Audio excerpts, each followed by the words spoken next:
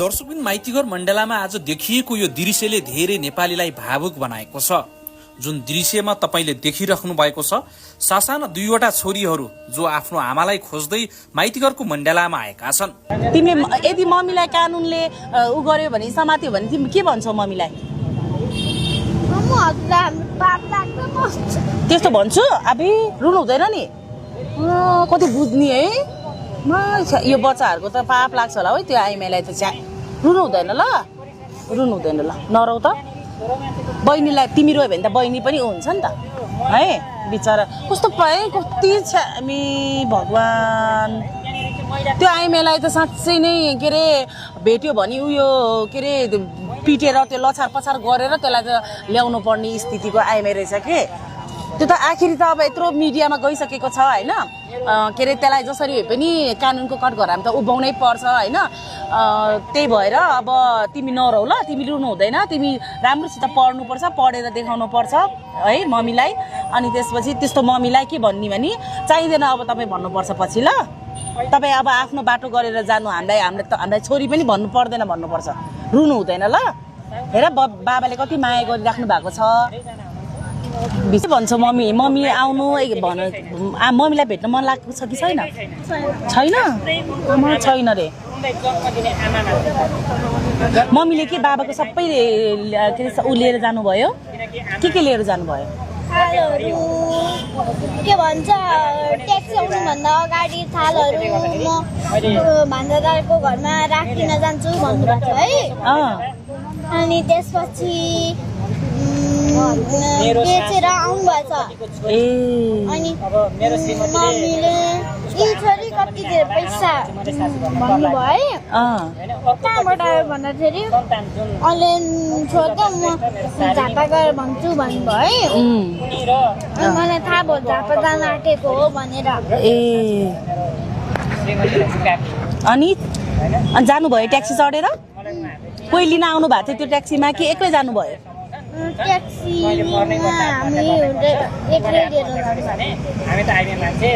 पहिला पहिला अनि तिमीहरूको अगाडि मम्मी फोनमा कोहीसँग अरूसँग बोल्नुहुन्थ्यो? त्यही अङ्कल भन्नेसँग मात्रै बोल्नुहुन्थ्यो, बाबाको अगाडि। त्यो अङ्कल भन्ने चाहिँ कहाँको मान्छे? झापाकै मान्छे। अहिले पनि त्यो अङ्कलको घरमा जानु भएको छ? अब के भन्ने त मम्मीलाई भन त। अब यो भिडियो त सबै हेर्नुहुन्छ होइन। मम्मीलाई पनि कानुन त लाग्छ, यत्रो दुईवटा बच्चा छोडेर गएको छ हो कि होइन भन त।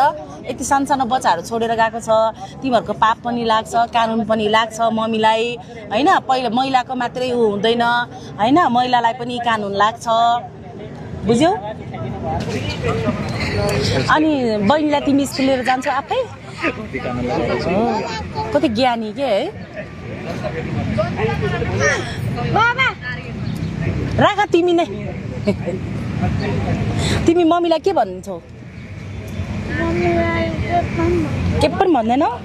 तपाईँ आउनु हामीलाई के अरे हामी सानो सानो छौँ अनि हाम्रो केयर गर्नुपर्छ भनेर भन्दैनौ?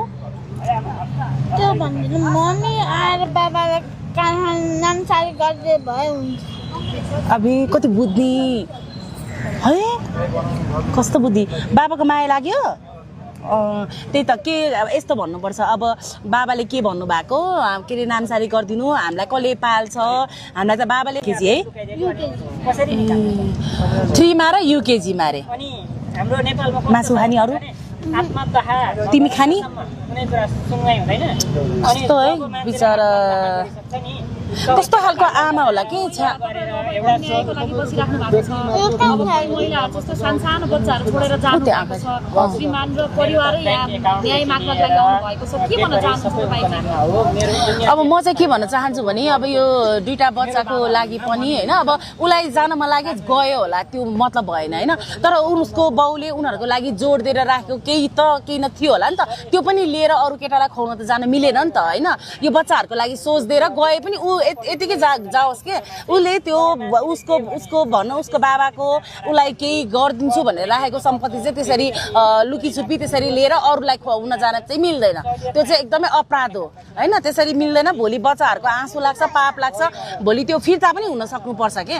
त्यही कारणले अब उहाँहरूले त के नामसारी गर्नुपर्छ के भन्दै हुनुहुन्छ। सबै लिएर गयो भनेको है, मम्मीले थाल पनि बेच्यो भन्नु भएन, भाँडाकुँडा धरी पनि बच्चाहरूले खाने भाँडाकुँडा धरी पनि बेचेर गएको छ अरे भनेपछि कतिसम्म अपराधी होइन। त्यो यो बच्चाहरू केमा खान्छ भन्ने कुरा त्यो सोच नभएको त्यसलाई यस्तो हुन्छ कि भनौँ न होइन। 3-4 वर्षपछि उसलाई त्यो केटीलाई चाहिँ होइन होस बल्ल आउँछ क्या, अनि त्यतिखेर होस आएपछि के काम त भन्नु न होइन। त्यही कारणले यस्तोलाई चाहिँ अपराधीलाई चाहिँ कानुनको कठघरामा उभ्याउनै पर्छ।